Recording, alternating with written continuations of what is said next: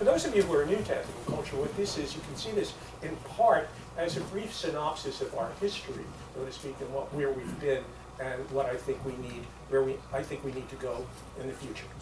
Well, I want to begin my presentation on the future of ethical culture by looking into the remote past.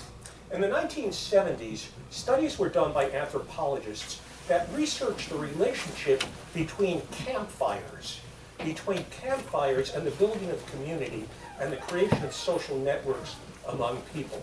The groups who were observed by these anthropologists were the Bushmen of Botswana and Namibia, because it was thought that those tribal peoples who were hunters and gatherers in fact provided clues to the evolutionary development of human community and culture. Okay, if you could look at people who in effect still lived close to the earth, you might get a clue as to how human beings lived eons ago.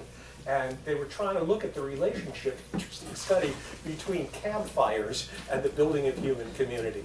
Well, an anthropologist by the name of Polly Weissner found that 3/4 of the daytime conversation of these people had centered around work-related talk and gossip.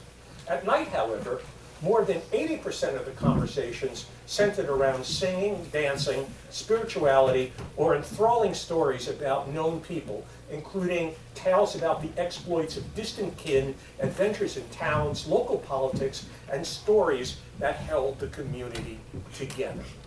I think that these findings shouldn't surprise us. Sitting by the fire inspires a specific kind of conversation and deepens a particular kind of relationship among people. Most modern homes, of course, are still built with fireplaces, which find a central location, usually in the living room. I mean, fireplaces aren't very practical. I mean, they are negatively effective. If you light a fire in a fireplace, your house is going to get colder than if you don't light the fire. But it has a symbolic, function that I think still requires lots of houses to have fireplaces. The fireplace, in fact, is the hearth around which people gather, and sitting around the fire, whether in the home or in the campground, inspires a type of togetherness and bonding which stands in pleasant contrast to the functional relations we have in our workaday lives. There is something primordial about this archaic scenario, gathering around the fire to sing together, share conversations, and just be together.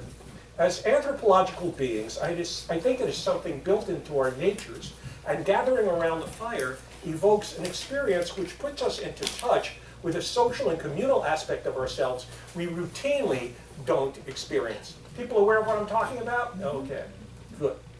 Well, I want to keep this image of communing around a central fire in mind as a metaphor for the guiding idea that I want to develop this morning. What I want to talk about is the endurance of ethical culture as we look into the future. Because I do think that our continuity and our relevance are challenged by our modern times, indeed by the dynamics inherent in contemporary society.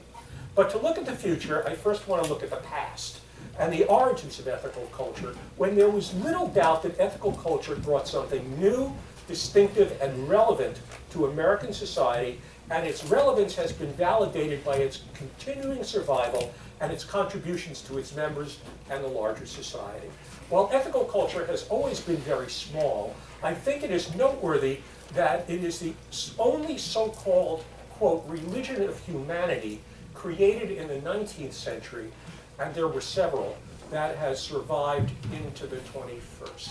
I should say as an aside, I've long thought about doing the research and giving a talk on religions of humanity before ethical culture. I don't know if anybody would be interested in that, but I think it's an interesting observation. You would? Okay, I got at least one. Okay, you'd be interested. Maybe that makes it worthwhile. It's something that fascinates me because the 19th century was a period of utopian communities and so on and so forth, some of which were actually religions based on humanity absent a deity and so forth, and ethical culture was one of them, but the only one to survive beyond the 19th century and this long into the 21st is indeed. When ethical culture was founded in 1876, like all things, it was a creature of its time, yet it was also distinctive and unique, and much of its initial appeal was tagged to its novelty.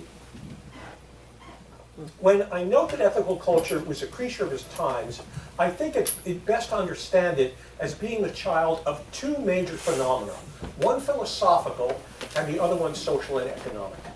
On the philosophical and intellectual side, ethical culture was born out of the conflict between science and religion.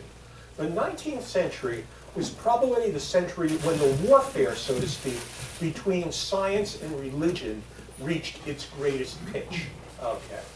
While modern science emerged in the 17th century, with such luminaries as Galileo, Newton, and many others, it wasn't until the 19th century that it made broad and deep inroads in the ways that changed the beliefs of the masses of human beings. The 19th century saw the development of modern geology, great advances in physics, astronomy, and medicine, the creation of the social sciences, such as anthropology and sociology, and great strides in biology, the most revolutionary and consequential being the Darwinian theory of evolution. Indeed, it was the 19th century in which science indeed established itself as a profession. We did not have scientists in the 18th century. They were referred to as natural philosophers. But it's only in the 19th century that we actually have professional scientists. And of course, the application of science to technology in the industrial age was a phenomenal revolution and dramatic revolution in society, both in Europe and in North America. The scientific discoveries of the century, which carried with them great prestige and authority, created a dramatic and painful challenge to religion. As the compelling nature of scientific explanation grew, religious rationales for natural phenomena became less believable. Geology, developed by Charles Lyell, a British geologist, and others in the early 19th century, were able to establish, by invoking the action of wind and water, that the Earth was at least millions of years old, and not merely 6,000 years old, as Scripture had suggested. In fact, today we know the Earth is about 4.5 billion years old. But indeed, Lyell had basically, through geology, concluded that the Earth was at least millions of years old, and if indeed the biblical doctrine at the time, or biblical conclusion, was that creation started on October 23rd at 9:30 in the morning, 4004 BC. Okay, I mean, there was a dude by the name of Bishop Ussher who looked at the biblical texts and all the begattings and figured out, looking backwards, how old the Earth was from Scripture. Now, there were some gaps there, so we had to do some clever, creative, theorizing about how long people might have lived, but tried to look at Scripture and came to the conclusion that the Earth, that's why evangelicals today will tell you that the Earth is no more than 6,000 years old because of the work of Bishop Ussher, I believe in the 16th century, who meticulously looked at Scripture and counted backwards in terms of the lifespan of the various figures and so on and so forth. Well, geology, of course, and modern astronomy have long exploded that idea. Pierre Laplace had hypothesized in the 19th century a nebular hypothesis for the creation of the solar system, which was replacing accounts found in Genesis. Increasingly, advances in physics and chemistry, validated by observation and experiment, confirmed that nature is governed by laws. In short, nature is lawful, which made divine intervention by miracles less and less credible to the educated mind. As science advanced, God and divine explanations for natural phenomena retreated to the corners of respectability. So what emerged for some theologians trying to preserve God was what was known as the God of the gaps, the God of the gaps. In other words, God would be invoked to explain natural phenomena that science could not, which, when you think about it, is not a very dignified position for the author of reality and the creator of the universe to occupy, to merely fill in the gaps that science cannot. Not a dignified role for God. The tools of science were also applied to the Bible itself through advances in archaeology and meticulous historical and linguistic analyses of biblical texts. This approach that flourished in the early 19th century was known as the higher criticism of the Bible, and it originated in Germany. Our own Felix Adler, in fact, was a legatee of this line of scholarship and had taught that subject, that is the criticism of the Bible, when he taught briefly at Cornell in the 1870s. Okay. And what the higher criticism found, among other things, was that the books of the Bible were not created in the order in which they appear in the canon, okay, starting with Genesis in the Hebrew Bible and ending with the book of Revelation in the Christian Bible. That is not the order in which they actually were created. What this implied was that they were not authored by God Almighty, but by human beings at certain definite historical periods. One might argue, and did argue, that authors of the scriptural texts were in fact divinely inspired, but God himself did not write them, and Moses did not climb to the mountaintop to receive them. Okay, so much for the authority of the Bible. God and religion held on. They held their own in the face of the onslaught of science, even as many theologians conceded the power of science to explain much about the world over which religion previously held sway. Many religious authorities were willing to accept that scientifically derived natural laws were valid and could be embraced by religious believers as long as people were willing to concede that at the beginning of it all, at the beginning of the natural process, there was indeed a divine agency or divine spark which set the mechanism of nature into motion. Okay. Indeed, the authority of science was so great that many theologians were indeed willing to hitch their wagons, their religious wagons, to scientific explanations. In other words, science powerfully demonstrated that nature was elegantly ordered and designed, and that order and design, they concluded, revealed a supreme intelligence behind it. And that intelligence was God who created it all. Nature, in other words, is God's handiwork. In this sense, theologians made their peace with science, but in fact, in the 19th century, it was not a peace that lasted very long. It turned out not to be an effective strategy for liberal theologians who were trying to preserve God in the face of the criticism and onslaught coming from the compelling character of scientific explanation.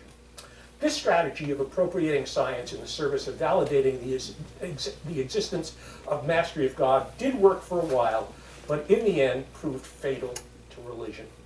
And the coup de grace for religion was the publication in 1859 of The Origin of Species by the British biologist Charles Darwin. Darwin's theory just went too far, so that religious folks could no longer employ science to validate their religious beliefs and doctrines. They could no longer hitch their religious beliefs to the authority of science. Why not? Until that time, the prevailing religious belief concerning living things is that God had created each species in a manner that was fixed and unchanging. God is perfect, and the notion that species could evolve one into another was an assault on God's perfection. While some scientifically oriented theologians did accept the notion of microevolution, that is, that there were small variations within species, the idea that species could change from one to another again was an attack on God's perfection. God created each species according to its own kind, as it says in the Bible, and that was the end of the story. What Darwin had done was to provide an extraordinarily powerful and beautifully elegant explanation of how the pressures of nature alone, through the process of natural selection, could and in fact did over long periods of time cause new species to descend from prior species. Natural mutations caused changes in species, and some changes enabled new forms to adapt to their environmental niches, while others failed to adapt and fell into extinction. And of course, the grand payoff was that the human species itself adapted from previous forms of life through a totally and thoroughly natural process. In other words, there was no need for supernatural agency coming from outside of nature to create species, including and especially our own. Okay? In other words, nature alone, okay, unassisted from anything from the outside, such as a divine or supernatural agent, could explain the emergence of the human being. The implications of Darwinism were radically upsetting to the religious mind, and in fact still are. For the implication is that man is not created, as it says in the Hebrew Bible, Tselem Elohim, in the image of God, but out of the slime of the ocean, so to speak. Okay. We are not a special kingdom within a kingdom, but merely a part of the kingdom of nature, with a status ultimately no different than that of the monkey, the snail, the cockroach, or the virus. In other words, man is not created in the image of God, does not possess a soul, and there is nothing special or holy about us. Evolution was a major assault on the existence of God altogether, and it is no accident that the term, quote, agnosticism was created in 1869 by one of Darwin's chief disciples, a fellow by the name of Thomas Huxley. Okay. The term atheism goes all the way back to ancient Greece, but agnosticism is a new idea, a new concept, only 1869, born out of the second half of the 19th century, born out of this war and conflict of science and religion. Okay. The period of the late 19th century gave birth to many agnostics, made agnosticism acceptable and respectable among certain intellectual classes in America and Victorian England, and it was out of this environment, spawned by the conflict again between religion and science, that made the soil ripe for the emergence of ethical culture. I'm trying to show where we came from more broadly. Beyond these intellectual currents, there were social and economic realities as well. The late 19th century marked the high water mark, was the high water mark of the Industrial Revolution in America. It was the era of the robber barons, and like our own, vast disparities between wealth and poverty. Yet the poor then were being crushed in factories without government protections. Children labored in factories. Education was not mandatory. Urban slums were overflowing and disease-ridden. Education, if at all, was substandard, and corruption was rampant. On the social side, ethical culture, which has always been an urban movement, was born out of the inequities and the oppressions of the Industrial Revolution. As noted, ethical culture was a creature of its times, but it proclaimed itself as something new, distinctive, and unique. Felix Adler, our founder, came from a religious background, and there is no doubt that he saw himself doing something religious in creating ethical culture. But he was also a fully modern person who totally accepted the deliverances of science, which ensured that he rejected the notion of a supernatural, miracle-working God. And so he envisioned ethical culture as a new religious movement that would pare religion down to what he believed was religion's finest and essential contribution, which stood at its heart, namely ethics. So ethical culture is religion stripped down to its bare essentials, absent of any of the accoutrements of the historical religions. No God, no scripture, no dogma, no binding creeds, no doctrine, no myths, no holy figures, no rituals, no distinctive dress, and no distinctive religious practices.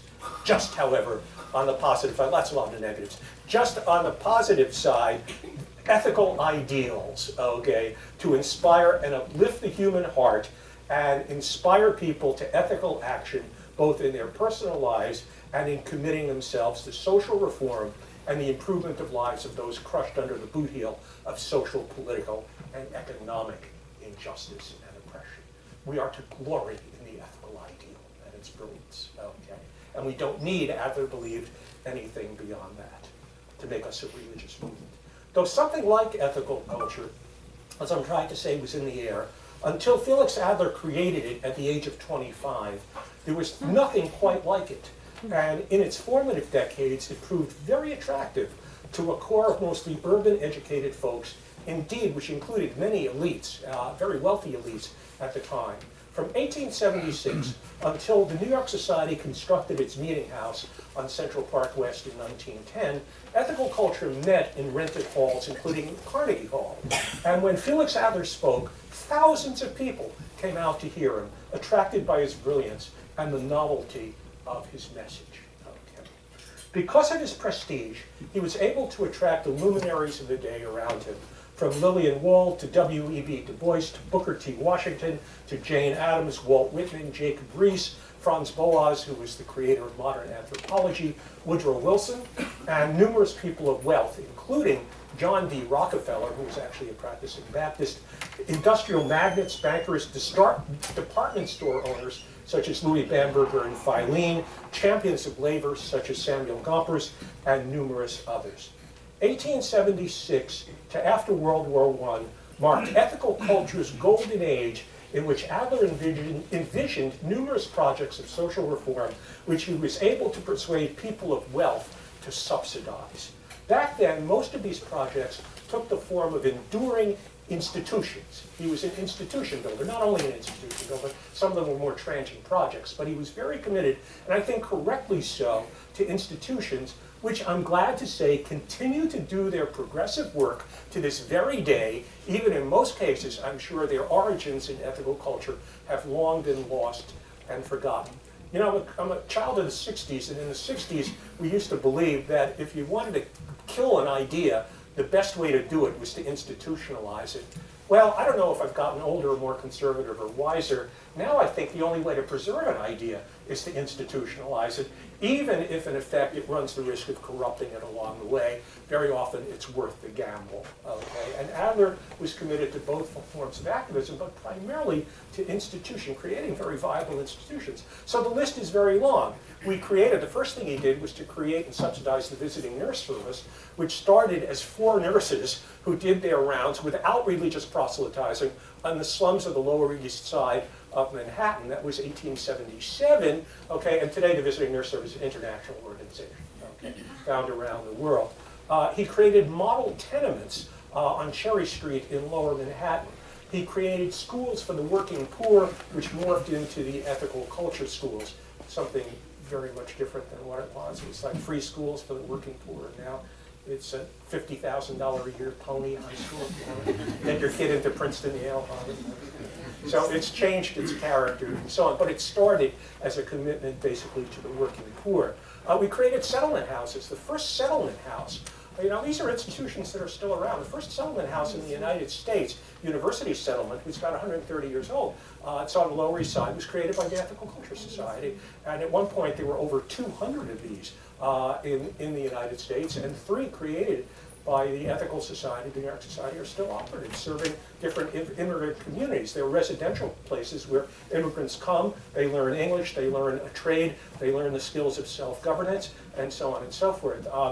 There is University Settlement, which is on the Lower East Side, Madison House, and the biggest one, built in the 1890s by the New York Society, is Hudson Guild, which is on West 26th Street in Manhattan. So we were committed to those institutions. Adler created the Child Study Association. I think it's still operative. The Legal Aid Society was a creation of the ethical culture movement, and in part, but only in part, we were very involved in the creation of the American Civil Liberties Union. Roger Baldwin, whom I actually met once, was the founder of the ACLU, was a member of the New York Ethical Society, and we did indeed kind of claim some credit for initiating the NAACP. The initial conversations that led to the creation of the National Association for the Advancement of Colored People came out of the New York Society. And we also created something most people don't know. Does everybody live in Westchester or have lived in Westchester? The Blythedale Hospital in Westchester. It's a very large institution that deals primarily with handicapped children. That started as the Hospital for Crippled Children. We don't use that word anymore. Crippled children by the New York Society in the 1880s, 1890s, and it's now a large standing institution, functional institution in Westchester. And there are many, many other projects, a multitude of them, institutions that we created. It was quite an accomplishment for a relatively small organization. This was the era before, I should say, before government became involved in providing social entitlement programs for those who were in need. It was all left to private actors, including religious groups and ethical culture. It was in the forefront of it.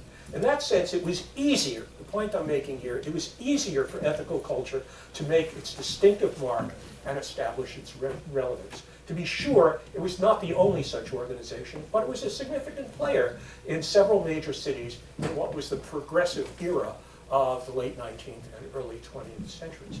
But with the coming of the New Deal, the relevance of ethical culture in the arena of social reform became more difficult to sustain because the government then took over the support of social need and so forth. It became more difficult to sustain. Moreover, with the waves of immigrants coming from Eastern and Southern Europe between 1881 and 1924, the class character of ethical culture began to change. Not so many bankers and industrialists and wealthy folks any longer. We became increasingly what we look like today, right? Middle-class professionals, right? Not too many big corporate types any longer in ethical culture. So it was harder to do. If you want to do social change of a certain type, it pays to have money. And we don't have as much money as we had, by any means, as we had no longer. No longer did we attract people of great wealth, as ethical culture, as mentioned, became characterized increasingly as a middle-class organization. comprised of middle-class professionals. Very nice, ethical people all. Through the 1940s and 1950s, ethical culture remained committed to its social justice work, and luminaries such as Eleanor Roosevelt worked very closely with us, and ethical culture retained notice and respectability in segments of the academic community, but its reputation and profile was not what it was in its earlier decades, in its first 50 years. The last ethical leader of public renown was Algernon D. Black of the New York Ethical Society. Yes, when I was a leader in training, I knew Al Black personally, and as I know Barbara did, and some of our older members did. And boy, he was a great activist and a great man, not a particularly pleasant one. And I remember being called into his office and excoriated. It was a one-way conversation. Excoriated for something I said. It was just mortified. I mean, some kid, this guy beating up on me. Al was a grandiloquent orator, a tireless activist, and truly charismatic, who worked for housing justice and racial justice in Harlem, did a lot of work with African Americans in Harlem, and pioneered with Eleanor Roosevelt the encampment for citizenship after the war, which brought white, African American, and foreign students to live together in dormitories. Very radical in that day, in the 1940s, that whites and blacks living together in the same environment for summers to learn the skills of left-wing community organizing. That project lasted for 50 years. It collapsed, and now it's been revived. There's a revival of the encampment for citizenship. It was in its day so radical that we were honored when Joe McCarthy lambasted it as being a communist front organization. That's a badge of honor, right? And so on. But it was significantly, its profile was significantly raised in order to attract Joe McCarthy's attention. But much of Al Black's work was done outside the ethical movement, and since he retired in 1980, we haven't had a figure quite like him. But even so, another factor that works against our distinctiveness is since the 1960s, there's been simply on the American scene a proliferation of nonprofit organizations on the American landscape, dedicated, as we know, to a full range of social justice and social service activities, from peace work to civil rights to anti-poverty work to women's and gay rights to health issues to sustainable economic development and to the imperatives of saving the environment and a million other causes. In my own human rights field in which I work, it's estimated that there are close to something like 20,000 nonprofit and non-governmental organizations doing human rights work, okay? Lots and lots of activity. Whereas ethical culture could claim its relevance and novelty in the 19th century, today it is hard not to get lost in the crowd, okay? More difficult to establish yourself in that way. So bringing the question at hand up to the moment, where is our distinctiveness and our relevance to be found? On the activistic side, I have tried to summarize the challenges we confront. But on the philosophical and intellectual side, our distinctiveness is also being challenged, perhaps more so now than even a few decades ago. It's my assessment that ethical culture, which has always been, again, very small, grew to its greatest extent in the 1950s, when people were moving from the cities to the suburbs. Our own Bergen Society was founded in 1953 and quickly grew to over 250 members, and we enrolled 200 kids in our Sunday school, okay, at that time. The kids met here, took over this building, and we rented the Teaneck, what was the Teaneck townhouse or whatever, down a little bit further east. But it was also a conservative era when going to church was the respectable thing to do. It was President Dwight Eisenhower who once said, quote, "I think all Americans should have a religious faith, and I personally don't care which one it is," end quote, okay? I suspect that ethical culture counted in that regard. I mean, it was respectable to go, it didn't matter which one you went to, just as long as you went to church and so on. You're a good American in that way. It's getting warm in here. If it's getting too warm, I'm very conscious of the atmosphere and environment. Anybody falls asleep, I'm really I'm gonna open the window. All right, all right. Back then, I think, in the 50s and 60s, and I came in as a leader of training in the 1970s, so I caught the tail end of this. Back then, ethical culture could claim some distinctiveness as a congregation for atheists and non-believers, almost defined that way. And if truth be told, its character was more explicitly, even militantly, anti-religious than it is today. Religion was readily derided as benighted and a refuge for superstition and little else, and people who are religious we sort of look down on, okay? I don't think that was necessarily a good thing, and intellectually I think it's a bit naive and unsophisticated, but it did more clearly differentiate ourselves at that time from others. But today, in the second decade of the 21st century, we live in a very different social environment, and we confront new challenges. In short, people live lives that seem far more stressed, and the demands made on people's time appears far greater. While people possess far more material possessions now than they did then, it is a statistical fact that Americans work harder and longer than they did in the decades after the Second World War. In fact, Americans work harder and longer than their counterparts anywhere in the industrialized world. It was about 10 years ago that we surpassed the Japanese in being, in effect, the most hard-working, long hour, long work week people in the world. And, of course, we don't have, like in Europe, a guaranteed vacation, so you're lucky if you get a crappy 2 weeks off. You better bring your laptop and your cell phone with you while you're on vacation rather than communing with your family and your kids and spiritually, reviving yourself and so on and so forth. Okay, not good. Decades ago, a single income could support a family. Today, that seems like a real rarity. Despite the fact that she had a college education, when I was a child, my mother never worked outside the home. She did not work. She took care of her 2 kids. With today's divorce rate exceeding 52%, there are far more single-parent families, which diminishes discretionary time and increases the stress, most often, needless to say, on working mothers. Moreover, despite all the talk about the health of the economy, the loyalty which bound workers and employers together has frayed, and everyone who works for a living, I think, is increasingly on her or his own, and that, it seems to me, increases economic and ultimately status anxiety when employees lose their jobs or find themselves demoted. But what is frenetically obvious is that there are far more distractions which pull people away from communities like ours, or from engagement with community-based organizations in general. The profusion, I want to say bombardment, of technological and electronic devices, from television with endless cable and streaming devices. Why do I need 400 TV stations? I don't get it. With crappy movies, I just don't get it. I mean, it's endless. Okay, it's oppressive, and so forth. With endless cable and streaming services to iPhones, computers, and of course the internet, are gargantuan attention grabbers that aggressively compete for attention and time within organizations such as ours. It's far easier and quicker to click away on one's electronic device to be entertained or engaged in a virtual chat than it is to get into one's car and drive over to the Ethical Society and spend several hours here. Moreover, however informative our platform addresses may be, and the news is they are very informative, friends, if one is seeking commensurate information, one can probably find it on the internet with a minimum of effort or at no cost, with the exception of this speech. That you will not find yet on the internet.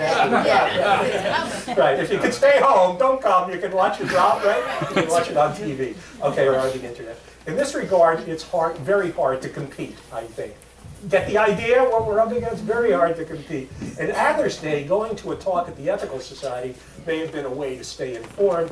Today, it's more difficult to make that claim. Okay.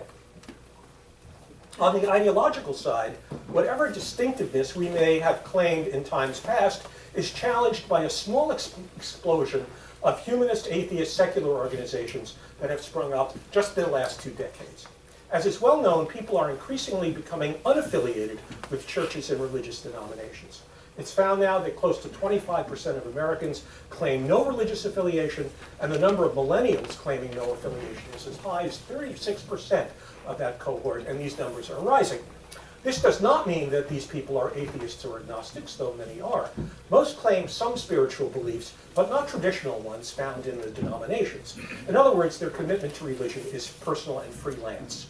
To fill up the space caused by this disaffection, a good number of humanist and secular groups have emerged, promoting beliefs that many might find close to our own.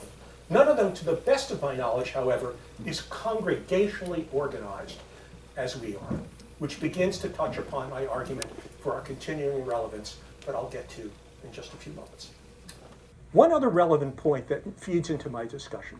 In 2000, the Harvard sociologist Robert Putnam wrote a book called Bowling Alone, which has become a classic, in which he documented the retreat of Americans from face-to-face civic associations, volunteer groups, and clubs of all sorts. Whereas people used to bowl in leagues, Putnam found that it had become more common for people to do so in pairs at best and not in groups. And so it is today. Americans volunteer for causes and projects, but only rarely as ongoing members.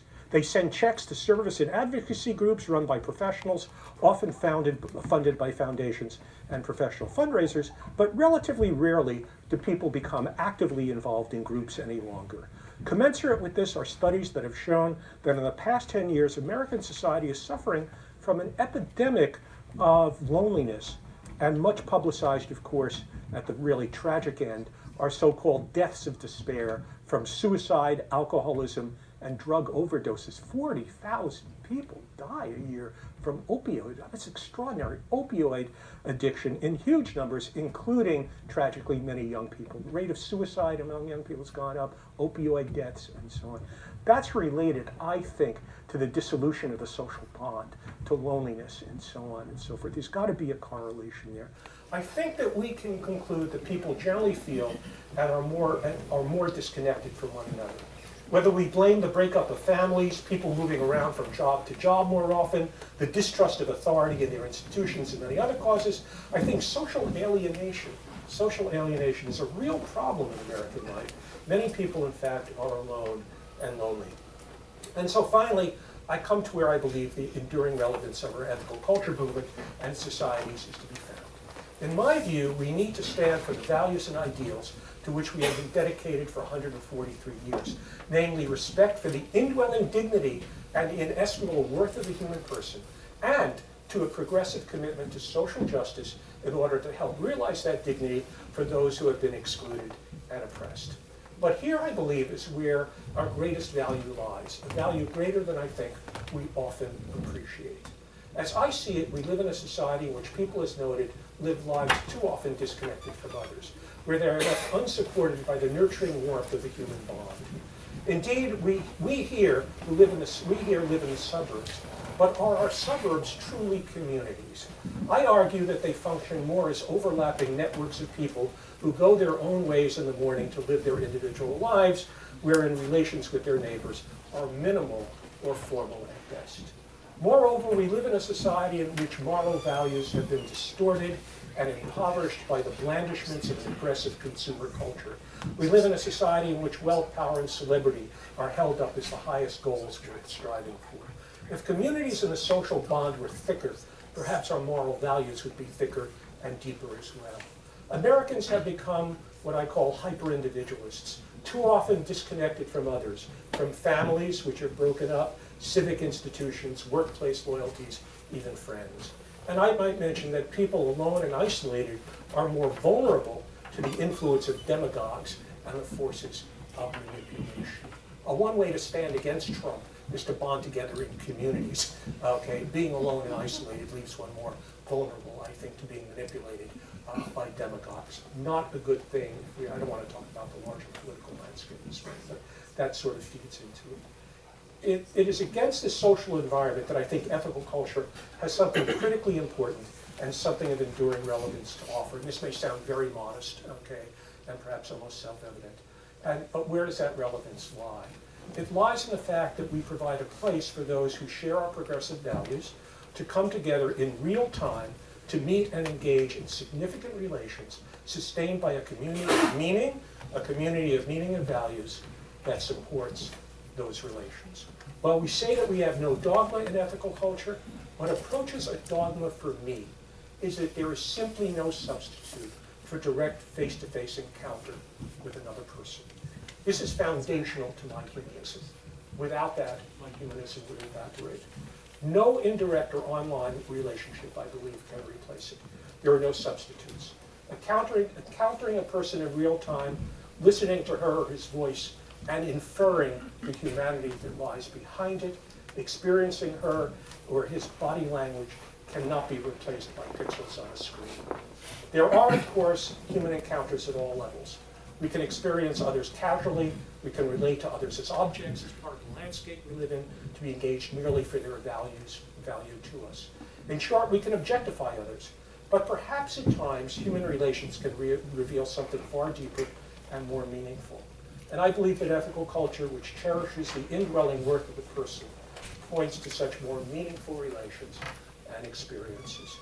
Here I want to speak very personally. We say that we cherish the indwelling humanity of human beings, that invisible quality that lies beneath the surface of a person's outward manifestations. Their humanity, their inherent humanity, in a sense transcends, as it were, their outward manifestations and personality, gestures, what they do, and so forth. The older I become, the more I'm speaking personally, the older I become, the more I have come to value profoundly the special quality inherent in the human encounter.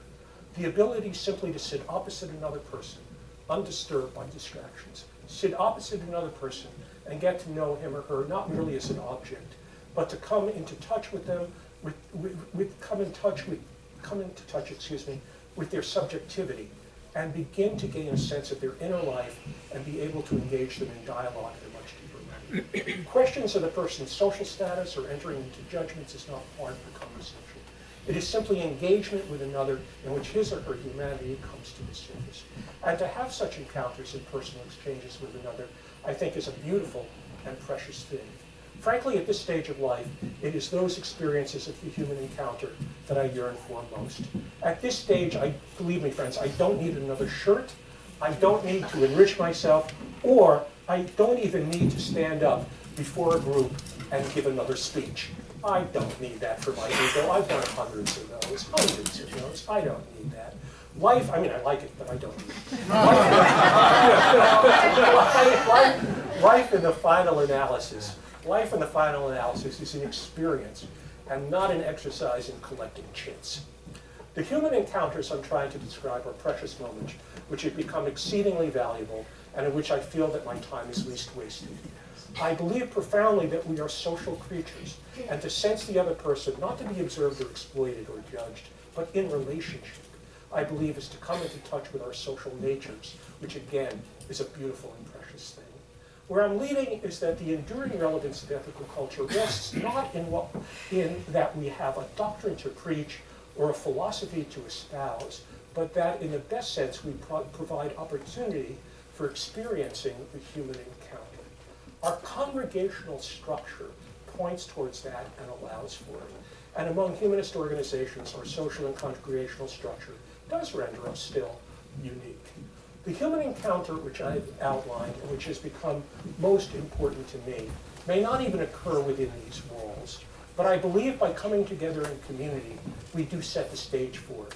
We affirm and again most value the indwelling humanity of each person. The contribution of ethical culture for its members is to realize that value and put it into practice in our lives, with each other, with our friends, and with those people who populate our lives. Invoking Dr. Adler again, he had written above the platform of the New York Society the motto, quote, "The place where people gather to seek the highest is holy ground," end quote.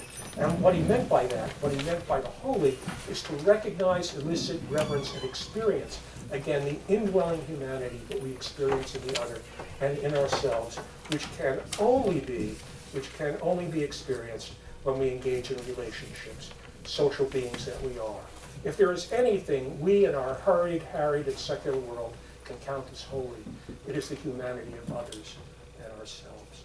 We, of course, are not the only place where such encounters can and do occur, but that does not diminish the importance of what we can do for each other and in our own lives.